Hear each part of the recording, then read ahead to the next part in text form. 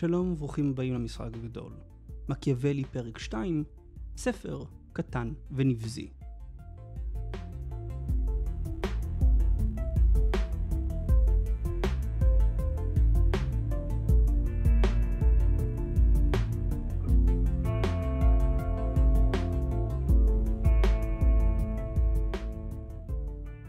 הנסיך הוא היצירה הכי פופולרית והכי שנויה במחלוקת של מקיאוולי. לא רק התוכן שלו שנוי במחלוקת, עצם תהליך הכתיבה שלו נתון למחלוקת. מתי הוא נכתב? האם הוא נכתב במקביל לדיונים או לפניהם? איננו יודעים. הפעם הראשונה בה מקיאוולי מציין שהוא עובד על הספר הייתה במכתב מדצמבר 1513 לחברו פרנצ'סקו וטורי. רשמתי לעצמי כל מה שלמדתי בשיחי ושיגי עמהם וחיברתי חיבור קטן על הנסיכויות. אני מתבונן ובוחן בו מהי נסיכות, מה הם מיניה, כיצד מגיעים לשלטון, כיצד מקיימים אותו, ועל שום מה מאבדים אותו. אני מקדיש את חיבורי זה לעוד מעלתו ג'וליאנו. סוף ציטוט. מקיאוולי תכנן להקדיש את הספר לג'וליאנו מדיצ'י, אך זה נפטר ב-1516. ההקדשה נכתבה מחדש לבן משפחה אחר, לורנצו מדיצ'י. בצורתו החיצונית הנסיך נראה כעוד ספר מז'אנר ידוע של מדריכים לשליט. יצירות מהסוג הזה מכונות מראות לנסיכים, ומקורן בעת העתיקה. יצירות כאלו מתחלקות לאחת משתי קבוצות. מדריכים מעשיים הכוללים עצות ברורות לנסיך כיצד לשלוט וממה יש להימנע, או יצירות ספרותיות או היסטוריות המתארות את המנהיגים הראויים לחיקוי, או לחילופין מנהיגים שיש להימנע מלחקות את מעשיהם. לכאורה הנסיך הוא עוד מדריך, הוא עוד מראה. אחת הסיבות שהספר פופולרי כל כך הוא בדיוק החזות התמציתית שלו, החלוקה שלו לפרקים קצרים וברורים, שלכאורה מגישים לקורא עצות מעשיות המנוסחות בלשון ברורה ויבשה. לכאורה. דוקטור אריקה בנר, חוקרת של מקיאוולי, מצביעה על כך שבהשוואה ליצירות דומות בנות זמנו, הנסיך של מקיאוולי שונה. בני תקופתו ניסו ללמד את השליטים כיצד להיות מונרכים טובים, ואיך להימנע מלהפוך לעריצים. מקיאוולי לעומתם לא רק שלא מדבר על איך להימנע מעריצות, הוא כלל לא משתמש במילה עריץ בכל הספר. הוא גם לא מגביל את עיסוקו רק למונרכים שקיבלו את שלטונם בירושה. אם נשפוט לפי תוכנו של הספר, מקיאוולי לא עוסק בכיצד להיות שליט טוב, אלא כיצד להיות שליט. איך להשיג ולשמור על השלטון. הוא מדבר גם על נסיכים שקיבלו את הכיסא בירושה, לצד עיסוק בנסיכים שעולים מכוח מידתם הטובה, המזל או פורטונה, פשעים או בחירתם של בני עירם. בפרקים המאוחרים של הספר הוא ממליץ לנסיך מתי וכיצד להשתמש באכזריות, מתי לקיים את הבטחותיו ומתי להתעלם מהן, וכיצד מראית עין יכולה לשתות באוכלוסייה הכללית. עבורנו שרגילים לפרגמטיות, למוסר יחסי, הדברים האלו לא נשמעים כל כך איומים. עבור בני זמנו של מקיאוולי הם נתפסו כמלחמה על המוסר. רבים ראו בנסיך מדריך לעריצים. הספר הודפס לראשונה ב-1532, 5 שנים לאחר מותו של מקיאוולי. עד אז הוא הסתובב במספר עותקים בכתב יד. בתגובה לספר, האינקוויזיציה הוקיעה את מקיאוולי ב-1550. 9 שנים מאוחר יותר, ב-1559, כל העבודות של מקיאוולי נכללו באינדקס הספרים האסורים של הכנסייה הקתולית. היום הפרשנות הפופולרית של מקיאוולי היא שהוא היה חלוץ בתחום של מדעי המדינה והפוליטיקה. מקיאוולי לא הגביל את עצמו למושגים מוסריים של טוב ורע. כמו ניטשה, מקיאוולי התגבר עליהם, מעליהם, בכדי לכתוב תורה מדינית חדשה, על מוסרית.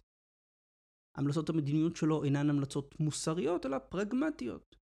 מקיאוולי הוא בעיניים מודרניות הסנונית הראשונה של הפוליטיקאי המעשי, איש הריאל פוליטיק, שעוצמה היא השיקול היחיד שלו. רק שישנן שתי בעיות עם הפרשנות הזו. ראשית, הנסיך חריג משאר העבודות של מקיאוולי, במיוחד דיונים ב10 הספרים הראשונים של טיטוס ליביוס. דיונים הוא ספר רפובליקני, בו מקיאוולי לא אחת עמד על הסכנה בשלטון יחיד. הנסיך הוא לכאורה ספר שכל מטרתו להבטיח את שלטון היחיד, שמקיאוולי רואה בו צורת שלטון נחותה לעומת הרפובליקה. ניקח דוגמה. בפרק י"ט בספר הראשון בדיונים, מקיאוולי הראה שיש סכנה חמורה למדינה כאשר שני מנהיגים חלשים באים זה אחר זה. במצב כזה הנזק שהראשון יצא רק מועצם על ידי השני, והמדינה מתמוטטת.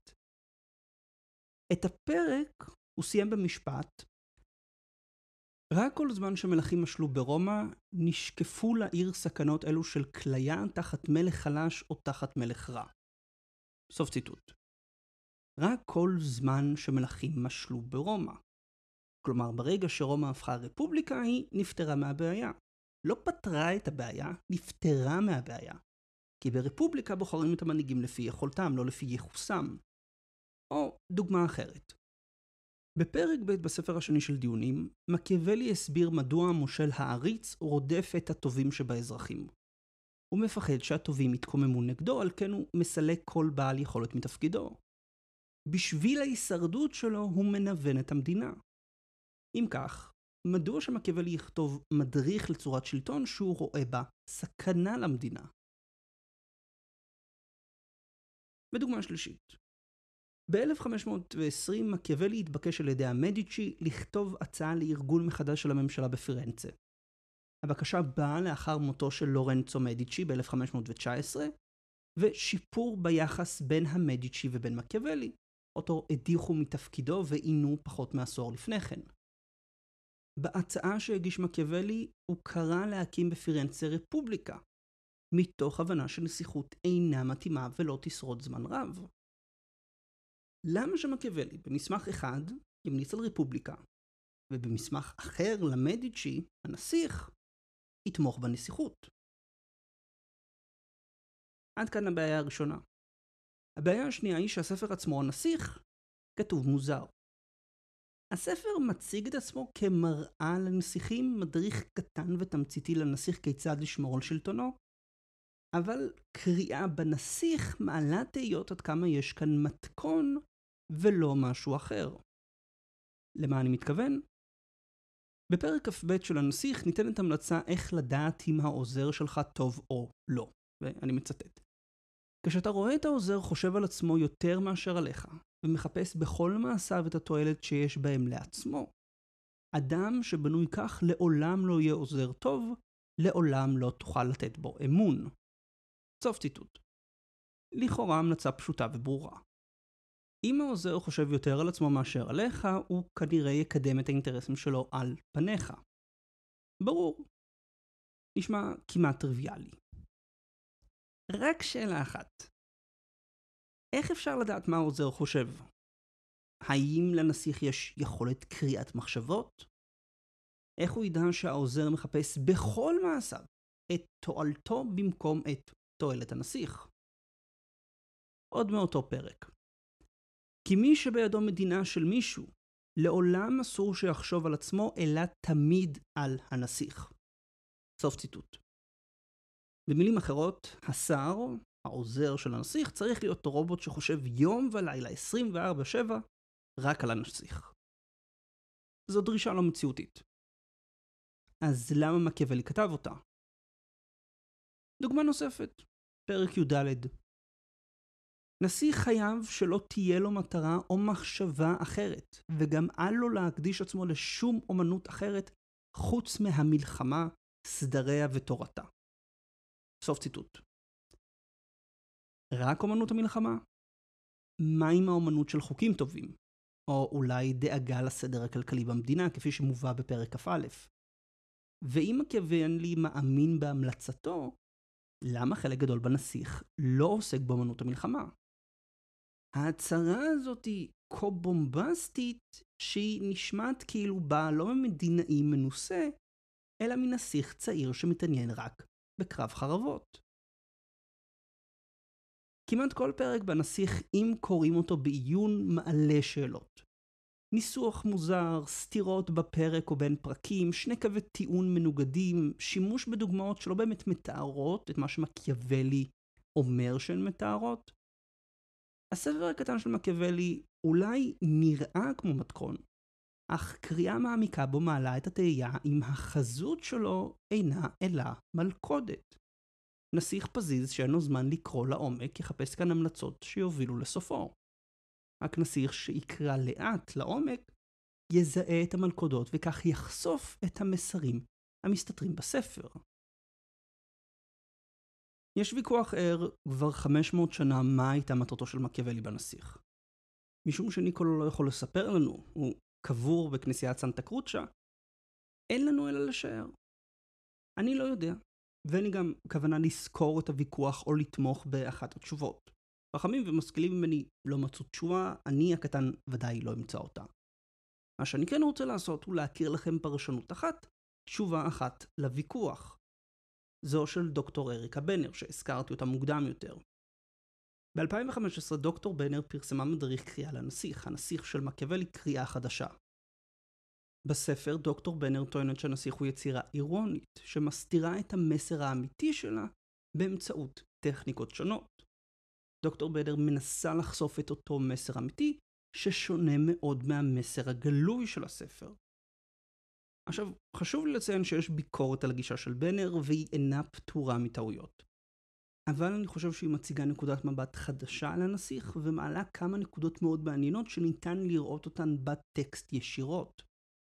בנר תהיה לנו למדריכה, אך אנחנו לא נסמוך רק עליה, אנחנו נקרא ישירות בנסיך, ונחשוף באופן עצמאי חלק מהנקודות שבנר מעלה. נקודות אחרות יהיו כולן שלנו.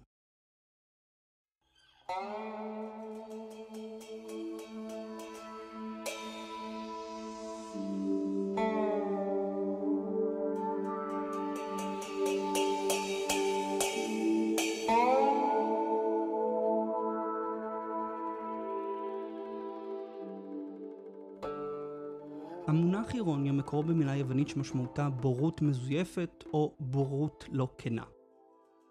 אירוניה היא צורת תקשורת בה הדובר אומר דבר אחד אך מתכוון לדבר אחר. המאזין או הקורא הוא שצריך לפענח את המסר האירוני. בכדי לסייע לו יוצר המסר שוטל רמזים שונים ונשען על ידע או חוויות משותפות שיסייעו להדגשת האירוניה.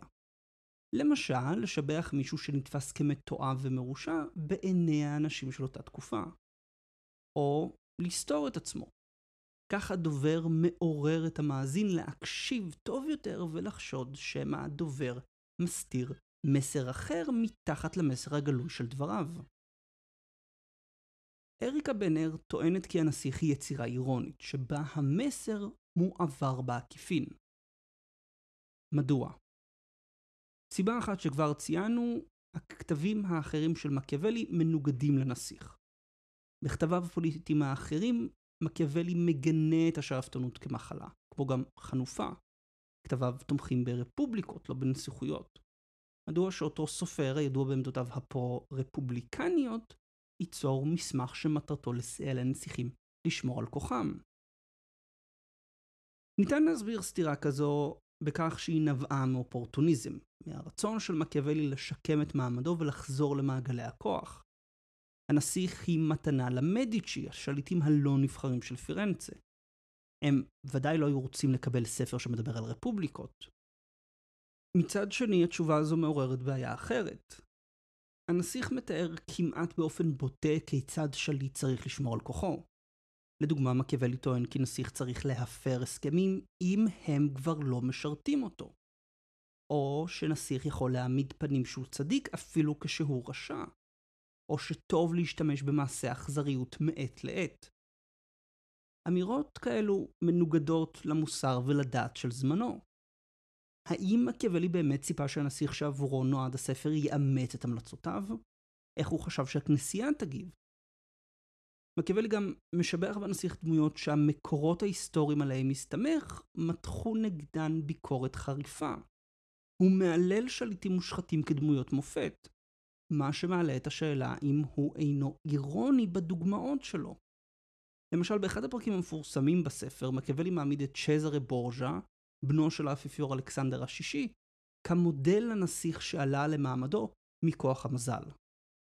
רק שצ'זרה עלה במהירות ובאותה מהירות נפל. להשתמש בו כדוגמת מופת יהיה כמו שספר למינהל עסקים יצביע על חברת אנרון כמופת לניהול עסקי. לדעת בנר, האירוניה בספר משרתת 3 מטרות. ראשית, היא מסתירה את המסר האמיתי של הספר, כך מגנה על מקיאוולי מפני זעמם של מישהו מבקר. משפחת מדיצ'י. מקיאוולי כבר חווה את זעמם כאשר הם חזרו לשלטון בפירנצה בשנת 1512 והדיחו אותו מכל משרה ציבורית בה החזיק. שנית, האירוניה מעבירה מסר בעקיפין, מנטרלת את מנגנוני ההגנה של הנמען. אנחנו דוחים רגשית ביקורת ישירה נגדנו, וצריכים להתאמץ מאוד שכלית לקבל אותה. אם מקיאוולי לא היה מסתיר את המסר שלו למדיצ'י, שהם צריכים לשנות את דרכם, הוא לא רק היה נשלח לכלא, המדיצ'י כלל לא היו מקשיבים, כיוון שהמסר היה מגיע כביקורת ישירה נגדם.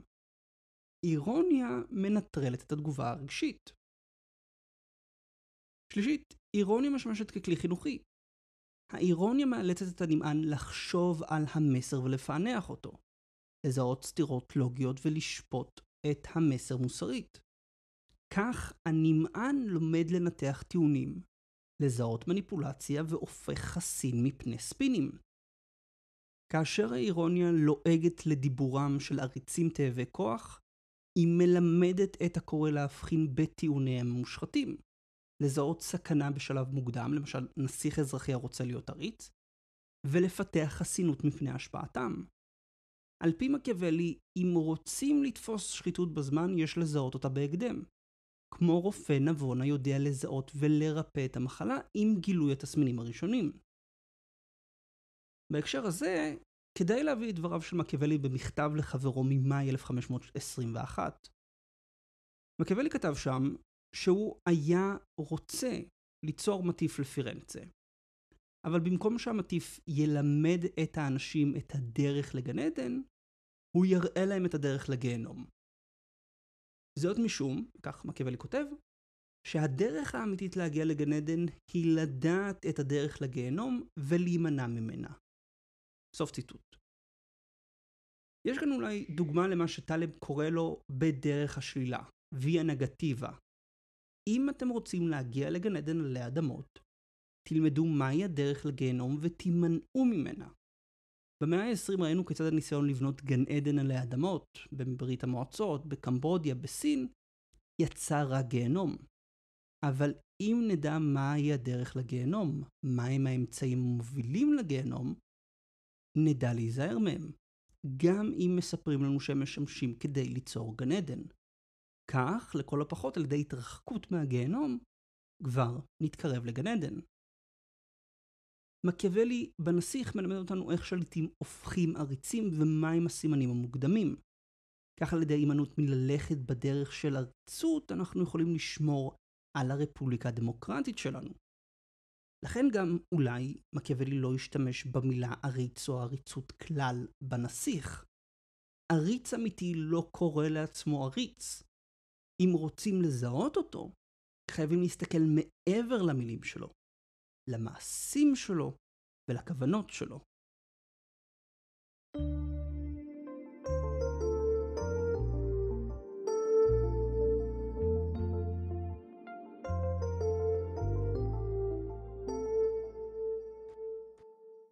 לפני שנמשיך, אני רוצה להגיד תודה לכל חברי מועדון המשחק הגדול שמאפשרים לי לעשות את הפודקאסט הזה.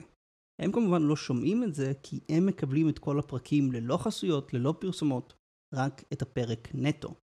אם אתם אוהבים את המשחק הגדול, אם אתם רוצים לתמוך בפעילות של המשחק הגדול, אם אתם רוצים עוד תוכן כמו הפרקים האלו, אם אתם רוצים להבין יותר טוב את העולם שלנו, אם אתם רוצים ניתוחים גיאופוליטיים עדכניים, אם אתם רוצים פודקאסט שמכבד אתכם ואת האינטליגנציה שלכם ומנסה לתת לכם הבנה יותר טובה של העולם, אני מזמין אתכם להצטרף למועדון המנויים שלנו.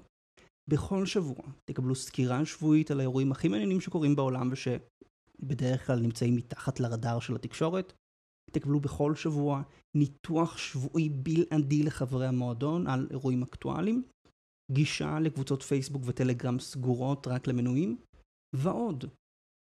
בואו והצטרפו היום למועדון. תתמכו במשחק הגדול, קבלו עוד תוכן, ותבינו יותר טוב את העולם. כי ידע הוא כוח. קישור להצטרף למועדון נמצא בתיאור הפרק, אתם מוזמנים ללחוץ עליו עכשיו ולהצטרף. מאוד פשוט, מאוד קל, תלחצו, תצטרפו. אני אשמח לראות את כולכם, תקבלו את כל הפרקים האלו ועוד. מוזמנים.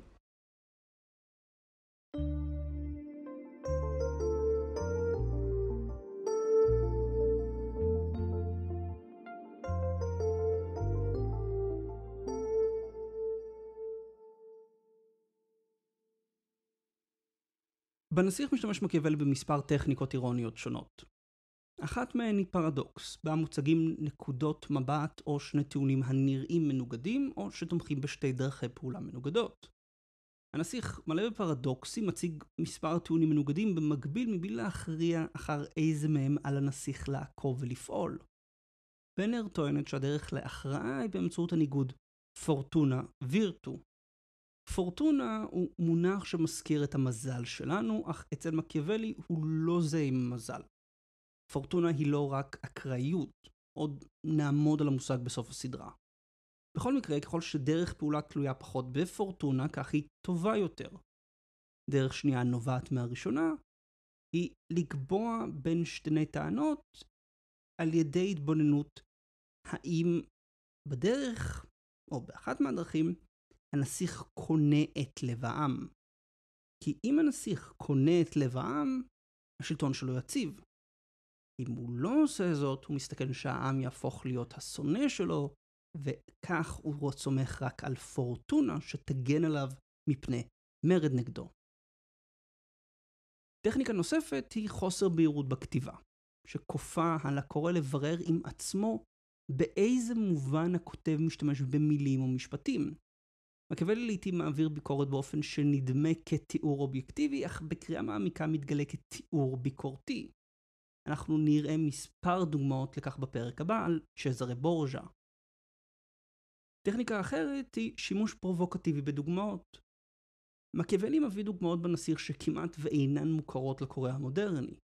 אולם קורא שישכיל להכיר את הדוגמאות, במיוחד מהמקורות שאותם קרא מקיאוולי עצמו, יגלה שלעיתים מי שמקיאוולי משבח מתואר כדמות נבזית, או מצב המתואר כרצוי הוא בעצם בעייתי מאוד. טכניקה רביעית היא ניגודיות אירונית. מתן שבחים לפעולות או אישים, בעוד תיאור אותן פעולות, מעלה סימן שאלה, האם הן ראויות לשבחים.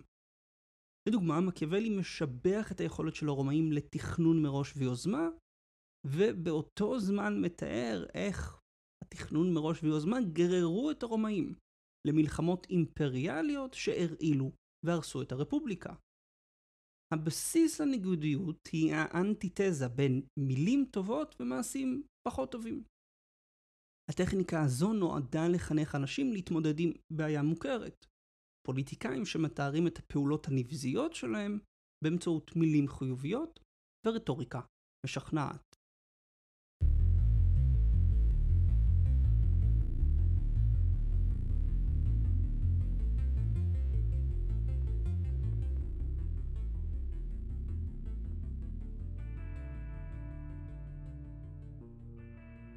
עם הידע בטכניקות אירוניות אנחנו יכולים לצלול על הנסיך. בארבעת הפרקים הבאים נקרא את הנסיך דרך 4 דמויות היסטוריות. צ'זרה בורג'ה, הדרקון שאיים לבלוע את איטליה, המדיצ'י, החמולה שהשתלטה על פירנצה, סבונרולה, הכומר שהיה השליט למעשה של פירנצה בין 1494 ל-1498, ולואי ה-12, מלך צרפת, שפלש לאיטליה ב-1499, רק כדי להיבעט ממנה ב-1512. עם כל דמות נכיר חלקים מהחשיבה המורכבת של מקיאוולי, וננסה להבין קצת יותר טוב את המורכבות של הפוליטיקה והאסטרטגיה. נתראה בפרק הבא. תודה לכם להקשבה. זה הכל היום. אני הייתי ניצן דוד פוקס, ותודה רבה לכם על ההקשבה. אם אהבתם את המשחק הגדול, אתם מוזמנים לתת לנו 5 כוכבים בכל אפליקציה שבה אתם מאזינים, ולהמליץ עלינו לחברים ובני משפחה. פודקאסטים מופצים מפה לאוזן. אז מכירים חבר שיכול להתעניין, מכירים בן משפחה שיכול להתעניין, שלחו לו עכשיו את הפרק. וכמובן אני מזכיר, אם אתם אוהבים את המשחק הגדול, אם אתם רוצים לתמוך במשחק הגדול, אם אתם רוצים עוד תוכן מהמשחק הגדול, תצטרפו למועדון המנויים שלנו. קישור בהערות הפרק. תודה רבה לכם, אני הייתי ניצן דוד פוקס, ניפגש בפרק הבא.